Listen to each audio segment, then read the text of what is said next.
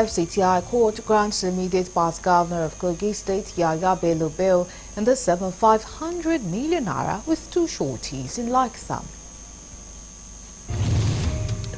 From the international scene, Israel says its fighter jets conducted a series of strikes against military targets in Yemen belonging to the Iran-backed Houthi movement. Details of these and more coming your way soon. Stay with us.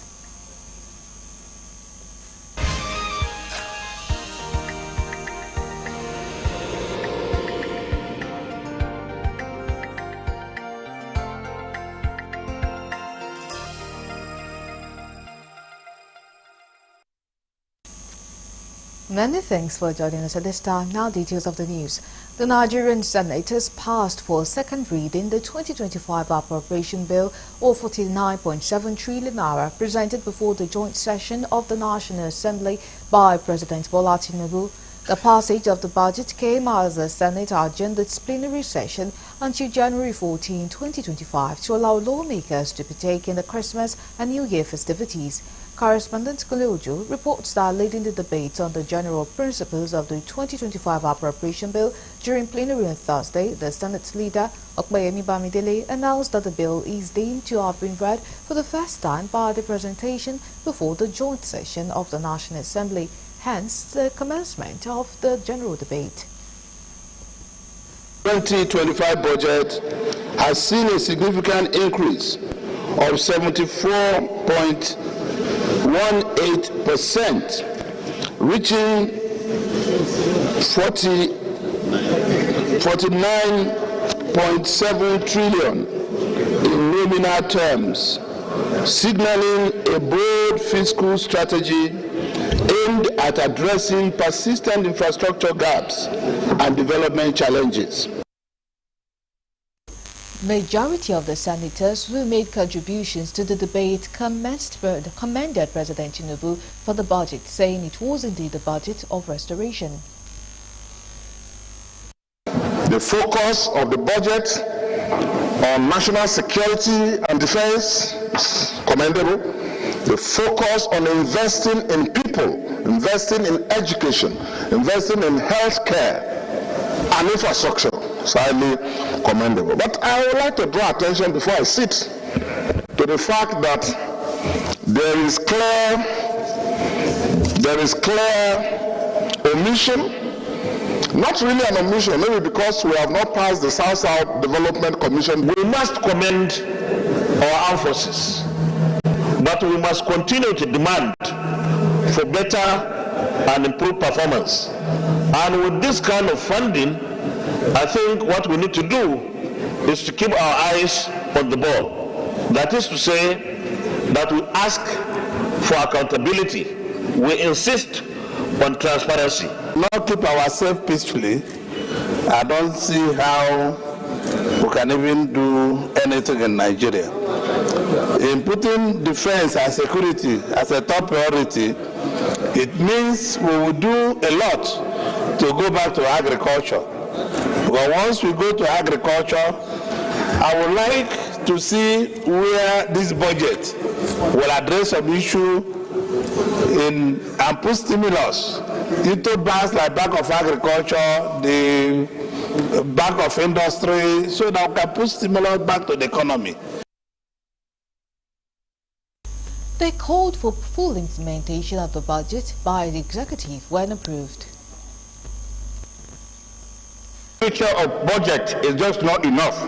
That is written to be able to send a clear message. The clear message is all of us meet our people, our constituents, are their life being worse off last year than this year. It is important that the president pays a lot of attention to security. One of the cardinal things that he has mentioned that endeared my mind to the budget is the issue of security. To say that my experience has taught me that throwing money at people without ensuring that they use the money strictly for the purpose for which it was appropriated can only lead to what I call goal displacement, replacing popular goal with what is convenient to those who are charged with the responsibility of managing resources that are appropriated for them. So I hope that if Mr. President keeps to his word and the budget works properly, we hope that energy provision will be seriously improved and our environment, especially security, improves, and we'll be able to see the light at the end of the tunnel in the present inflow of foreign investment that the government is anticipating. So, to where I have concern. Mr. President, my concern is on the infrastructure proposed by Mr. President to be built in 2025. During the budget speech, Mr. President highlighted that Sokoto-Badagry Highway will be built and the Lagos-Calabar Coastal Highway will be built. I was waiting to hear that the President will build the Port Harcourt-Maiduguri railway line. This budget, pegged at 47.9 trillion, seeks to focus on infrastructure, on security and defense, health, as well as education. The figures tagged to the budget for defense and security stands at 4.1 trillion. That for infrastructure is at 4 trillion. That for education is at 3.5, and that for health is at 2.4, which shows the intention of this administration. After robust debate, President of the Senate, Senator Godswill Akpabio, referred the 2025 budgetary estimate to the Senate Committee on Appropriation for further legislative action, giving 4 weeks to report back to the Senate on the floor when the Senate reconvenes in January. Further deliberations on the budget are expected, along with discussions on other critical national issues. Distinguished colleagues, a bill for an act to authorize the issue from the Consolidated Revenue Fund of the Federation the total sum of 49 trillion 740 billion 165 million 355,396 naira only, of which 4 trillion 435 billion 761 million 358,925 naira only is for statutory transfers for the year ending 31st day of December 2025 and for related matters 2024.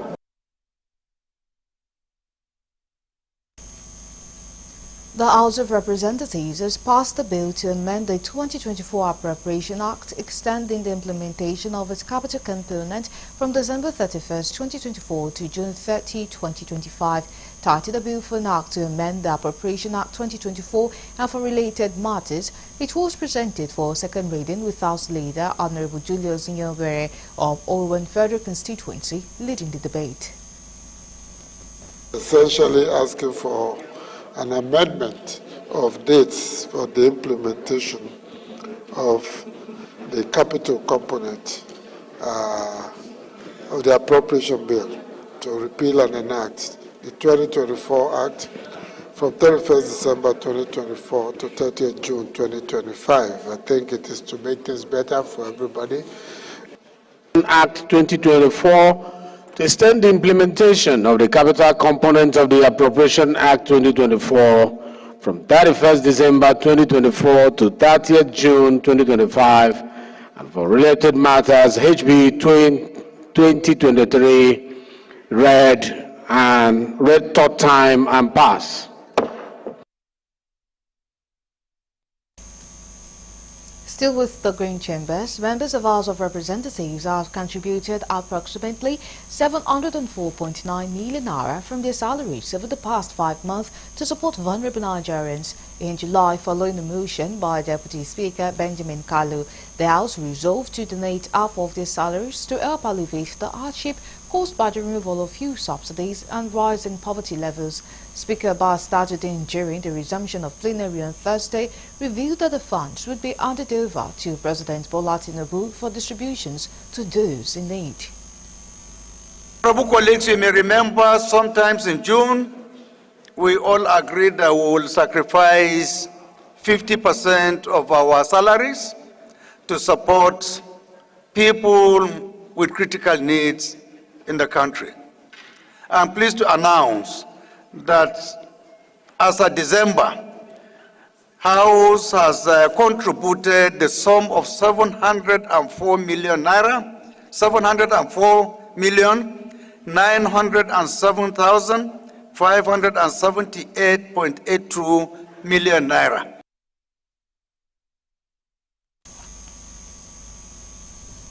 Now to judicial matters. The Federal Capital Territory High Court on Thursday granted the immediate past governor of Kogi State Yahya Bello bail in the sum of 500 million naira with two shorties in Laksam. Justice Marian Anani Ada on December 10 refused the ex-governor's bail application, saying it was filed prematurely. While delivering the initial ruling, she said having been fired when the first defendant was neither in custody nor before the court, the instant application was incompetent. The judge, however, posited that there was, however, room for the governor's lawyers to file a fresh application for bail and apply for hearing date. Correspondent Kolojo reports that when the case was called for hearing on Thursday, counsel for the former governor, Joseph Daudu San, informed the court that the defense counsel had filed a further affidavit in response to the counter-affidavit filed and served by the prosecution counsels. There was no objection from the prosecution counsel, and the court therefore granted the application for withdrawal, striking out the further affidavit.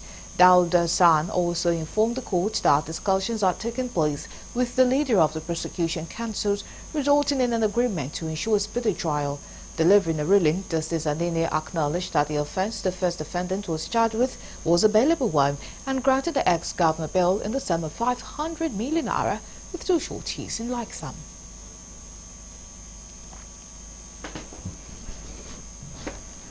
The Attorney General of the Federation and Minister of Justice has faulted the suspension of local government chairman in Edo State by Governor Monday Okpebolo.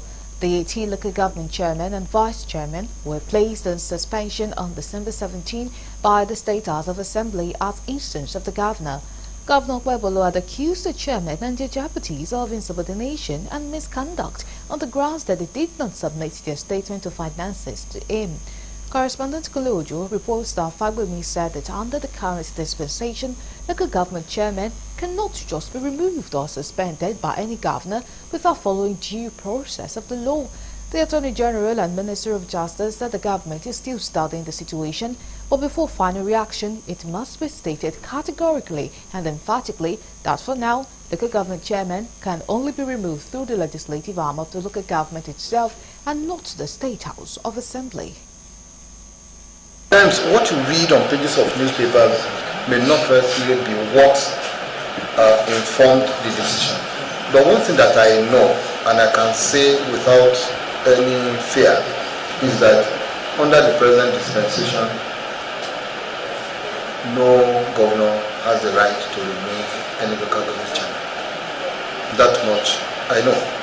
If I didn't know, since July 11, 2024, I became aware of it, that removal of any local government chairman or official will be the prerogative of that local government through their legislative house. Thank you.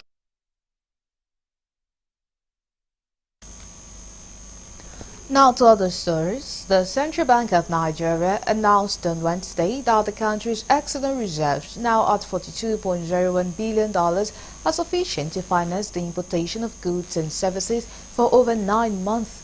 Correspondent Kolojo reports that the declaration was made by CBN Governor Olayemi Cardoso during a performance index report presentation to the Senate Committee on Banking, Insurance and Other Financial Institutions in Abuja. According to Cardoso, Nigeria's external reserves increased from $38.35 billion as of September 30, 2024 to $42.01 billion by December 12, 2024.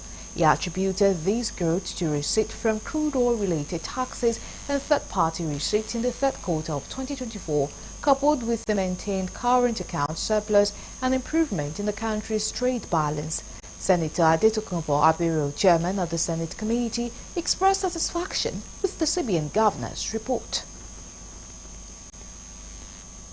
The current account surplus has strengthened consistently in the past 3 quarters, recording a surplus of $6.06 billion in third quarter 2024. This positive trend is largely attributable to a favorable trade balance driven by increased remittance inflows and decline in imports. External reserves rose to $42.01 billion as of December 12, 2024, compared with $38.35 billion on September 2024, driven largely by receipts from crude oil-related taxes and third-party receipts. You're still on to the news on Galaxy TV. Coming up next.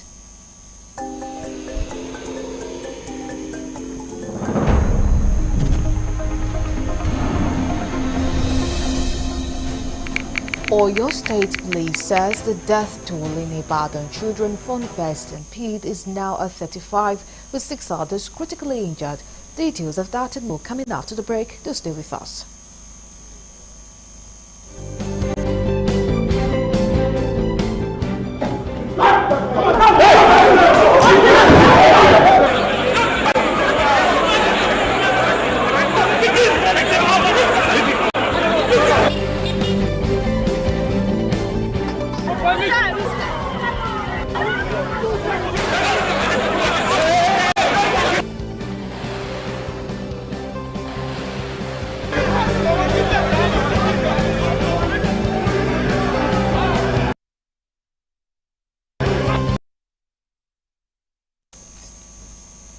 We are glad to have you back. Now, for more updates and latest news, please visit our website www.galaxytvonline.com. Connect with thoughts on our X handle at Galaxy TV. Subscribe to our YouTube channel, youtube.com/Galaxy TV News. You can follow and interact with thoughts on our Facebook page, facebook.com/Galaxy TV. Remember to follow and tag us on our Instagram page at Galaxy TV. Our social media platforms are user-friendly and can always accommodate your live updates and comments, as you can easily scan our IG QR code. And to the story teased earlier, 35 minors have been documented dead, while 6 others are critically injured, and in various medical interventions in Wednesday's tragic stampede at the Islamic High School Basharun Ibadan venue of the family event organized by Wings Foundation and media partners at Gidigbo FM. The Oyo State Police Command said 8 persons have been arrested for their various involvement, and the case has been transferred to the homicide section of the State Criminal Investigation Department, Yagonko. Police Public Relations Officer of Oyo Command, Adewale Osifesa, made this development known to newsmen through a statement, where he also advised residents not to panic, as they would witness high-level patrols and visible police presence to prevent hoodlums from taking advantage of the unfortunate situation. Earlier, the Oyo State government has confirmed the loss of several lives during a stampede at the Children's Carnival held at Islamic High School Basharun in Ibadan Wednesday morning. The State Commissioner for Information and Civic Orientation, Prince Dotun, said government was awaiting a detailed report from the police command in the state to know the total number of victims involved in the unfortunate incident. The Commissioner urged parents who had become apprehensive about their children's whereabouts to check some medical facilities in Ibadan. Victims of the stampede were taken to.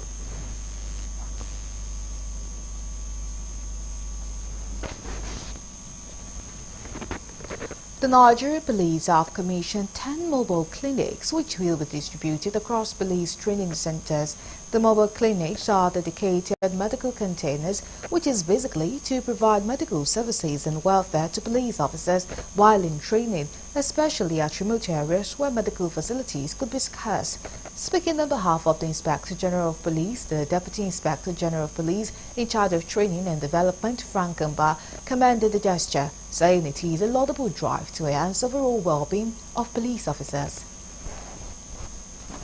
The delivery of these mobile clinics is not merely a gesture of goodwill, it is rather a strategic investment in the overall well-being of our officers, our trainees, our officers, and by extension, the community we serve. This medical access will be deployed across 10 of our police training institutions nationwide, reinforcing our commitment to holistic development within the Nigerian police force. It was said that the Nigerian police is working on improving facilities at police training centers for a change in the caliber of personnel being produced as officers. Frank Mba said the Nigerian police is poised to change the narrative to entrench trust of the general public in the capabilities of the police. This milestone, therefore, reaffirms my administration vision and shared commitment to a police force that is professionally competent, service-driven, and fully aligned to the principles of the rule of law. These mobile clinics, therefore, symbolize more than just a healthcare asset. They represent significant advancement in the Nigerian police healthcare policy, prioritizing the mental as well as the physical well-being of our officers.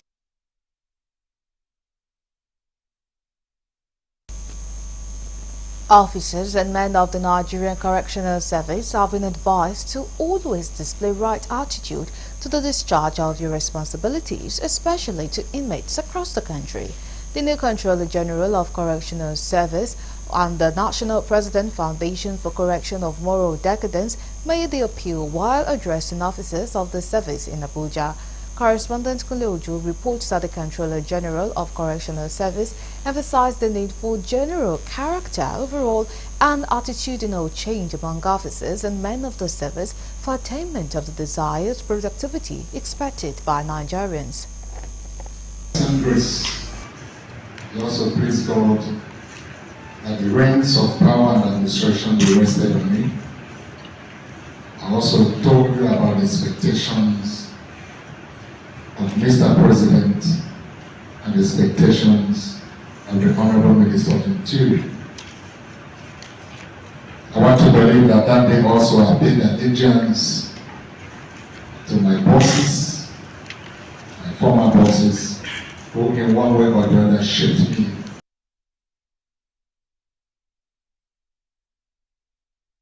PhD holder, whether you're master, whether you're a CG, it does not really matter. What matters is the fundamentals, the basic, the foundation. So that is what we're about to give to all of us. Most of us here present, we know. But just to enlighten you, so that we consolidate on that. Because I tell you what, may God forbid, this country, I say with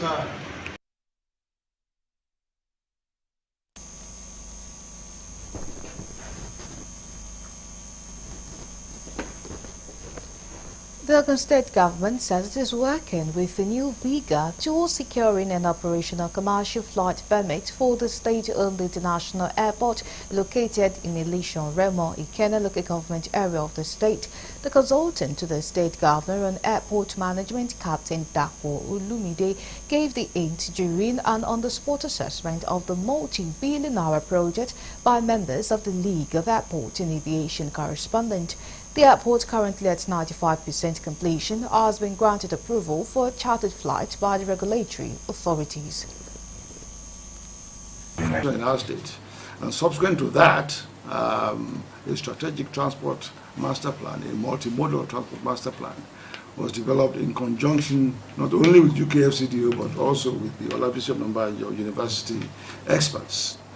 And the idea is that without transportation, both passenger and goods, it will be very difficult for Ogun State to take advantage of its important proximity or location to Lagos State, which is the nerve center, essentially, of commercial activity in our country. In the airport also, as the Commissioner for Transport said, the warehouse, we have location already designated. So you see a lot of things springing up as as the airport grows. The basic element to make it functional airport are in place. The runway is the longest in Nigeria right now. So it's kilometers. Well, the main runway is 3.4. Then with the safety zone, additional 600, total 4 kilometers. So and it's 60 meters wide. So in terms of airport, it's designated as 4E. 4E. The only one above that is 4F. Giving an overview and uniqueness of the multi-million-hour project, the consultant of the Governor on Aviation Development, Captain Dapo Lumide, said the airport is a future-proof considering its state-of-the-art facilities. Area navigation. I don't want to go into what a pilot flies, but what I'm trying to say is that there's what they call satellite-based navigation. Then people say, why is he talking cargo? Every airport in Nigeria is cargo airport. Have you seen the forest here? All the other airports that call themselves cargo airports, have they started cargo operations? Don't forget, you can do non-perishable from here almost immediately. Yeah. Yes, it's heavy. It's heavy in terms of weight. But you can move non-perishable from here. This is the best location in West Africa for non-perishable, yams, cassava, and so on and so forth. I go to West Africa, Ghana, Sierra Leone, and so on. Their soil is not so good for particular types of growth, of vegetation and so on.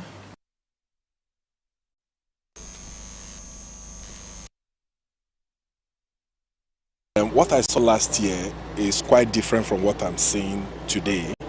And I've gone around I've toured the facilities and seen that this is one of the best facilities you have.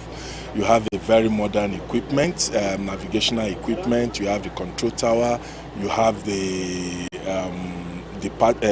terminal building, which are world class. Firstly, let me commend the visionary leadership of His Excellency Mr. Dapo Abiodun. And this airport, I must say and affirm that it is futuristic for not only Ogun State but for the southwestern states. Because if you look at the location and the proximity to Lagos and other sister states in the southwest here, it is centrally located, whereby it serves as alternative.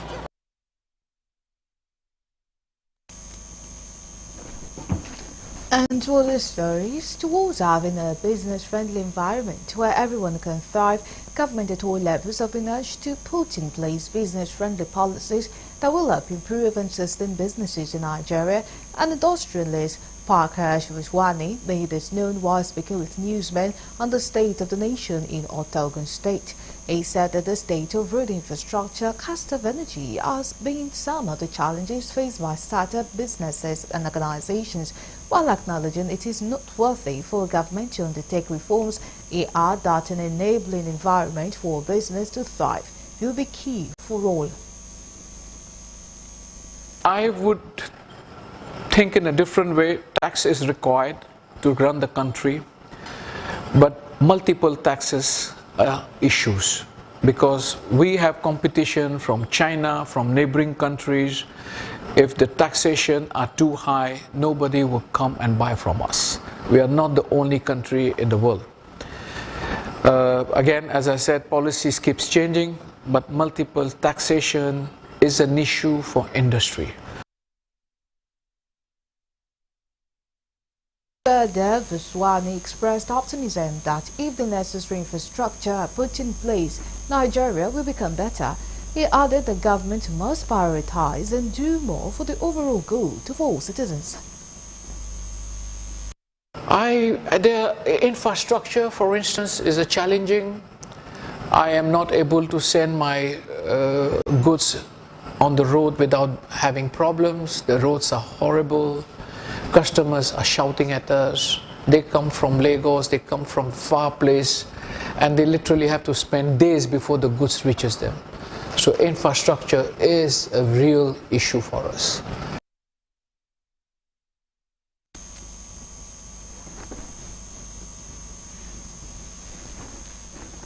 To ensure effective policing in rivers and other Niger Delta states, the Niger Delta Development Commission (NDDC) has donated communication equipment to the River State Police Command of the Nigerian Police Force. The Commission said equipment is meant to enhance the capacity of police in securing the state, especially in this U-tide season. Our correspondent Dele Fasson has more in this report.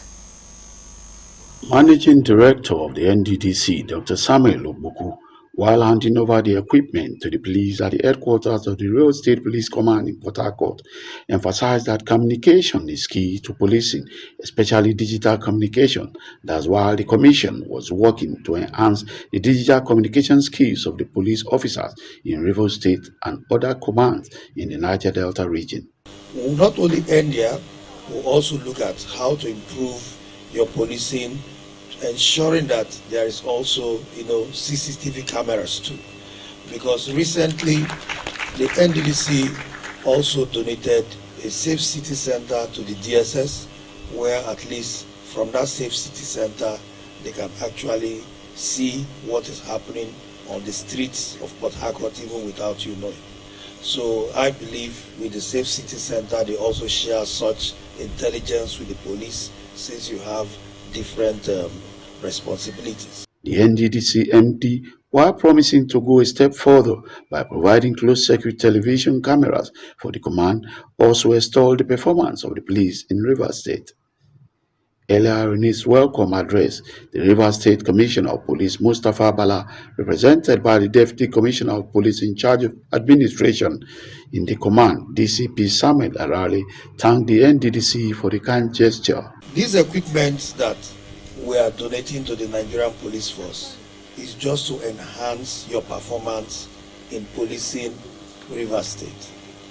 We intend also replicating the same in the various remaining 8 commands in the region, so that there can also be easy communication when it comes to intelligence sharing. These ones might not be too much, but anybody could see them as just communication equipment. But without communication, there is no security, because security is now going digital. And with digital security these days, you don't need to be chasing people around. So that is why we are trying to see how we can also improve on the digital security of the police command in the states of the Niger Delta.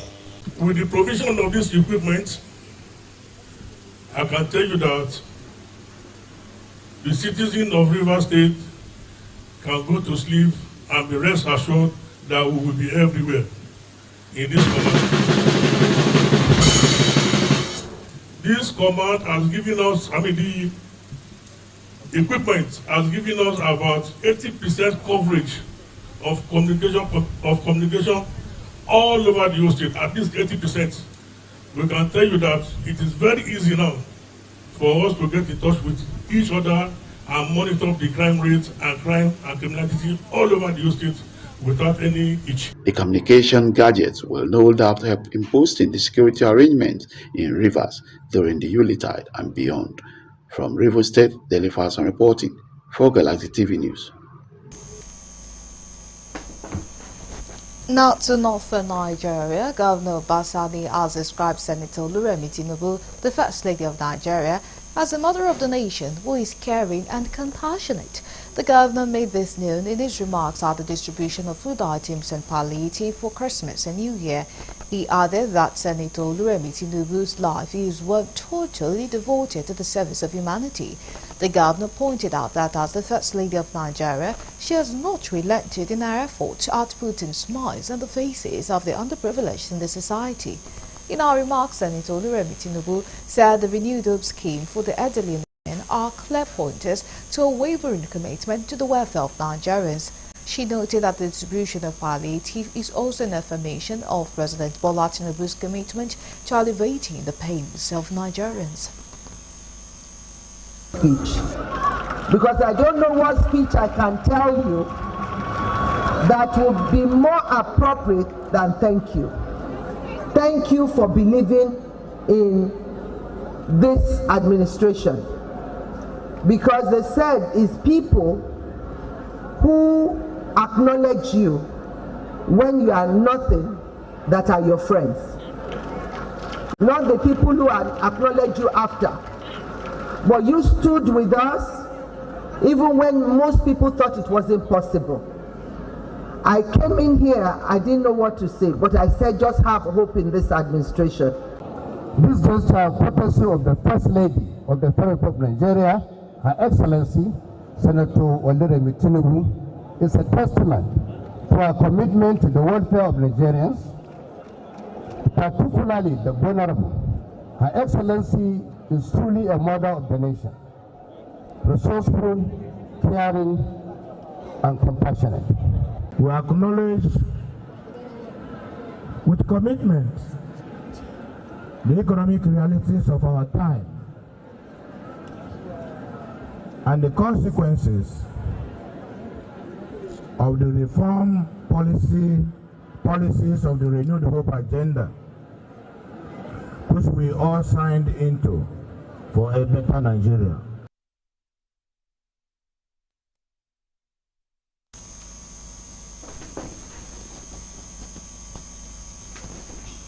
A coalition of civil society organizations has called on the National Assembly to intensify its effort to advocate for the people of the Niger Delta, stressing the importance of protecting Nigeria's national interests over the financial ambitions of multinational corporations.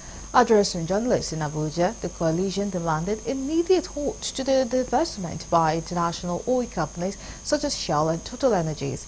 The coalition's position was contained in the petition titled Urgent Call to Halt All Divestment in the Niger Delta, including Shell's refusal to sell SPDC shares separately, sent to President Bola Tinubu, dated 16 December 2024, and Speaker of House of Representatives Honorable Tajuddin Abbas, dated 18 December 2024, respectively. Call on the National Assembly to continue its advocacy for the people of the devastated region and to ensure that the country's national interest is not undermined by the financial interest of multinational or even Nigerian oil companies. By halting Shell's, Total Energies, and any other IOC's divestments and demanding accountability, the government will send a powerful message that Nigeria's sovereignty and the welfare of its citizens are paramount in any consideration. Particularly concerned about the destruction that is going on in the Niger Delta through oil exploration in a very reckless way that it has been carried out for over 50 years. And more importantly, we are worried and concerned about the various implications of this environmental pollution on the different aspects. Like we have said, it's not just about the human costs, but much more so about the environmental costs of oil pollution and how it implicates on our different aspects of living. We ask Mr. President Bola Tinubu to ensure the immediate financial interest, of a few international corporations and local profiteers do not outweigh the health, future, and survival of millions of Nigerians who have suffered for decades. I call on President Tinubu to immediately halt all divestment processes until a transparent, comprehensive, and inclusive review is undertaken that addresses Shell's and Total Energies' historical, environmental, and social liabilities. We call on him to ensure inclusive and transparent consultation with state governments and the people of the sites of oil and gas extraction in the Niger Delta before any further divestment of IOC assets.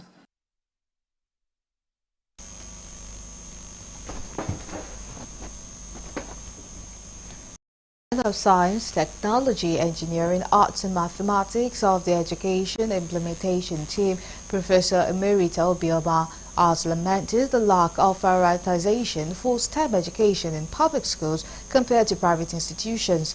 Presenting a report at the Joint Admission and Matriculation Board headquarters in Abuja, Professor Unwarugo expressed optimism about the program impact in 6 pilot states: Adamawa, Ebonyi, Nasarawa, Ondo, Rivers and Sokoto, where sensitization campaigns have been conducted. JAMB Registrar Professor Ishaq Oluyede, represented by Muftar Bello, commended the collaboration between science and arts academics, emphasizing the need for research-driven improvement in education. Similarly, Professor Salim Mustafa of the Nigerian Academy of Science assured stakeholders of effort to ensure STEM education's nationwide implementation. The Academy of Science for JAMB taking us into confidence in this project. I want to assure you that we will be prepared to see to the full implementation of this project and the sustainability of it. We also want to thank the registrar for funding the project, and we hope that it will be extended to almost all the states in the country. The Academic of Arts and Academic of Science. And anyway, even I think it's also have Academic of Engineering. But what can they do without art and science? So you are the mother academy. So we are happy that we are able to bring you together and you have worked. So we believe this should be the beginning of future collaboration and cooperation between all the academics in Nigeria for the growth of the country. To create, things for themselves. You are developing their critical mind. Your arts is coming to their mind. You're also putting intuitive. So it is what we need, and that's what in Nigeria now. It's not science without thinking. We're always in the lab doing it. How do we make things? How do I go back and use my own mind? Now we move to the international desk for more news.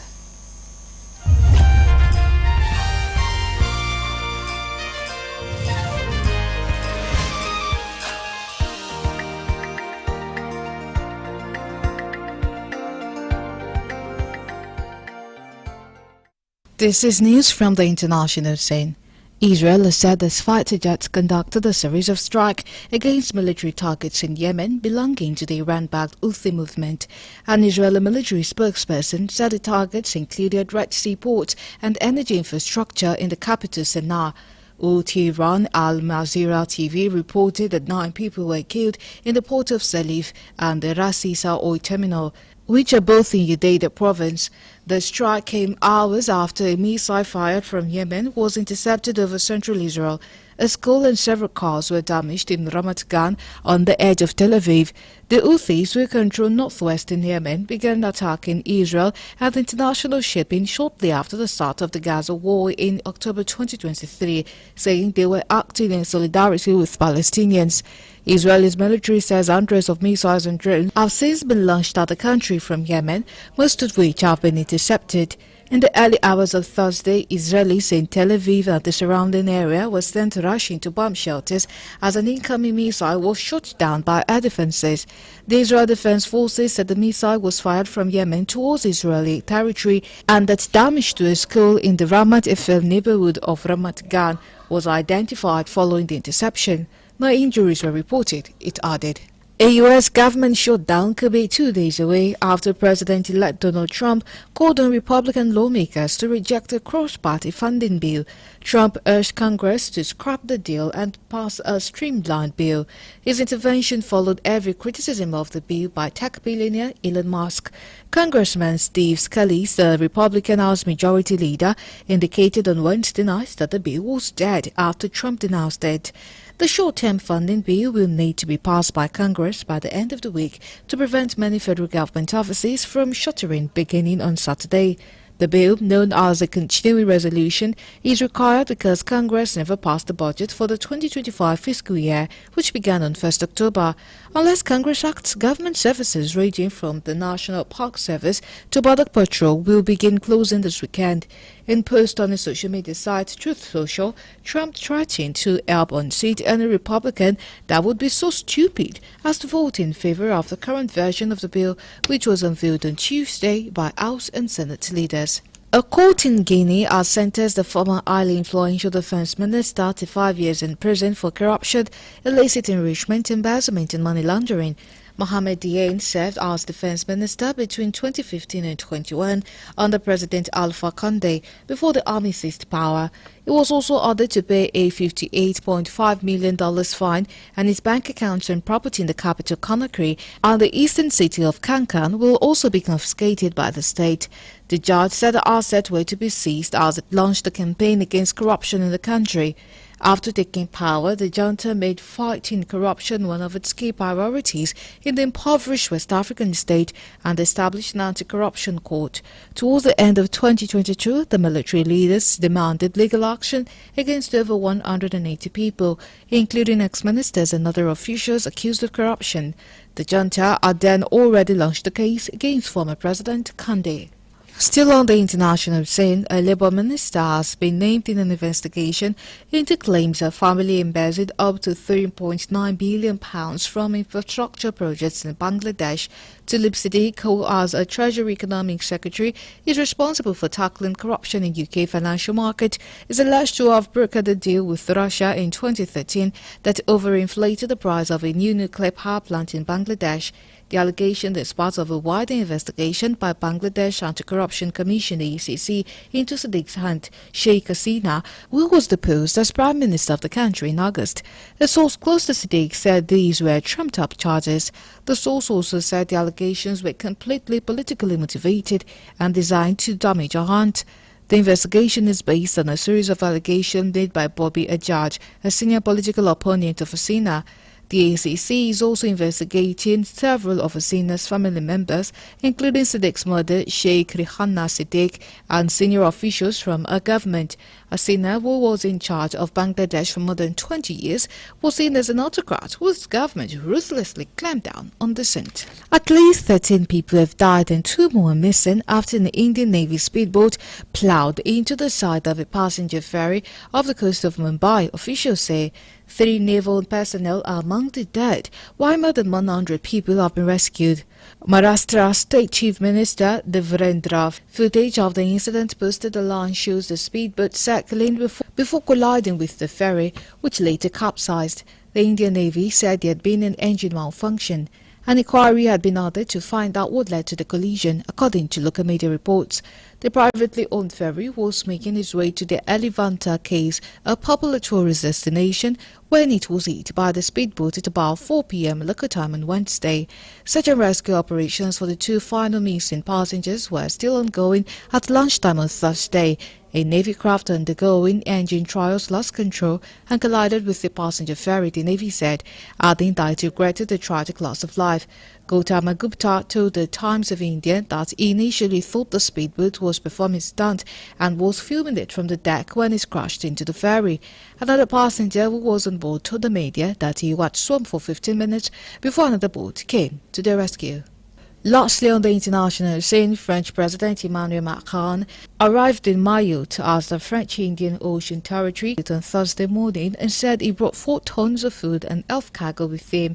At least 31 people are reported by French officials to have died, while thousands are still missing after the cyclone tore through the small island on Saturday. A state of exceptional natural disaster has been declared in Mayotte. Earlier, French Senator for Mayotte, Salama Ramia, told newsmen that emergency food was a top priority. 1 or 2 shops have opened, but not everyone has money to buy food, and even the shops are beginning to be empty, and so the food for me is really urgent. Designed specifically for France overseas territories, the emergency allows administrative barriers to be overcome in order to deal with the crisis more quickly and efficiently. It has been activated for 1 month, but can be extended by a period of 2 months if required. Faced with this exceptional situation, exceptional resources must be deployed to quickly restore vital services and implement a sustainable reconstruction plan for Mayotte, said the minister responsible for overseas territories, François-Noël Buffet. Emergency services have been delivering food and water and clearing roads, while also racing to find the missing. And that's it on the international scene.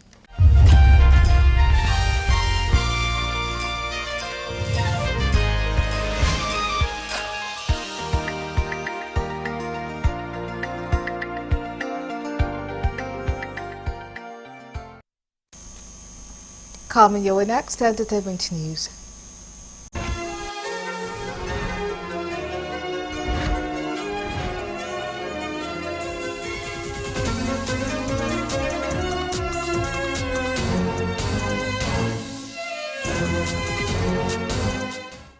Welcome to Entertainment News on Galaxy TV.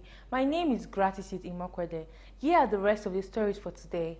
Nollywood actor Kanayo, who is fond of sharing words of wisdom on his Instagram page, had once again addressed ladies on their type of partners. Taking to his Instagram page to share a photo of him in a traditional outfit, he revealed the gentleman's code. According to him, if a lady can put up with a broke man, she will have to put up with a busy one. Some weeks back, Kanayo had preached to his thousands of fans against depending on anyone. He admonished the public not to depend so much on anyone in this world, explaining why. He said even one's shadow lives when you are in darkness. Nollywood actress Nkechi Blessing Sunday has revealed the extra miles she takes to secure a man. Taking to her Instagram page, Nkechi shared a tweet from a lady who revealed that since she entered a relationship, she hasn't closed her eyes to sleep. According to her, she doesn't want any woman to steal her man as she loves him. Reacting to it, Nkechi stated that she also watches a man as he sleeps in case mosquitoes want to bite him, affirming her love for him. For some months now, breakup rumors has been trailing her relationship with Exev, who she started dating in 2021 after a failed relationship with Ekiti State politician Okpeyemi Falagan. In October, Nkechi had addressed those querying her for not posting her man. She told those who believed she and Exev had broken up to keep believing it, as she noted how Instagram was in real life. Nkechi made it known that the last thing she lacks in her life is love. Veteran Nollywood actor Richard Mufe Damijo, also known as the RMD, has expressed pride in his daughter Efemena Adufe for bagging a new degree. RMD took the time to Instagram to share beautiful photos of himself and his daughter at a convocation ceremony. The proud father shared the memories with his fans and cheered for his daughter's success. He revealed his pride in her achievements and being blessed to identify her as his daughter. RMD urged his daughter to conquer the world. Congratulations were thrown in from his comment section from Steph Busari, Ayomeyokun, Nancy Sime, and Muwali Gavo, to mention but a few. Celebrated his daughter with him. Nollywood couple Adedimeji Lateef and Bimpe Ayebade, also known as Mo Bimpe, celebrate their third traditional wedding anniversary. The couple took to their respective social media pages to pour out their feelings about being married for 3 years. Mo Bimpe wrote about how far they have come, celebrating 3 years, which felt like a day. She declared how much she loved her husband every day. Nollywood actress Yvonne Jekede has reacted to a tweet question about her seductive role in Mercy Aigbe's new movie Thin Line. The fan identified as Damilola Made via his Twitter page has questioned if she was a before acting, as he noted how she played that role so well. Reacting to it, Yvonne said she just woke up from sleep when she saw the tweet and was scared that she had committed an offense. This isn't the first time Yvonne is going all out for a movie role. A few weeks back, Jagade had created a stir online as she went about for a 2025 movie role. The movie star, via her Instagram page, shared a video of her cutting her hair as she revealed that she made a bold decision to showcase her dedication to her craft and the depth she brings to her character. Alright, that is all we have on Entertainment News for today. Thank you so much for watching and keep watching Entertainment News on Galaxy TV. My name remains Gratitude Imokwede. Enjoy the rest of your evening. Bye.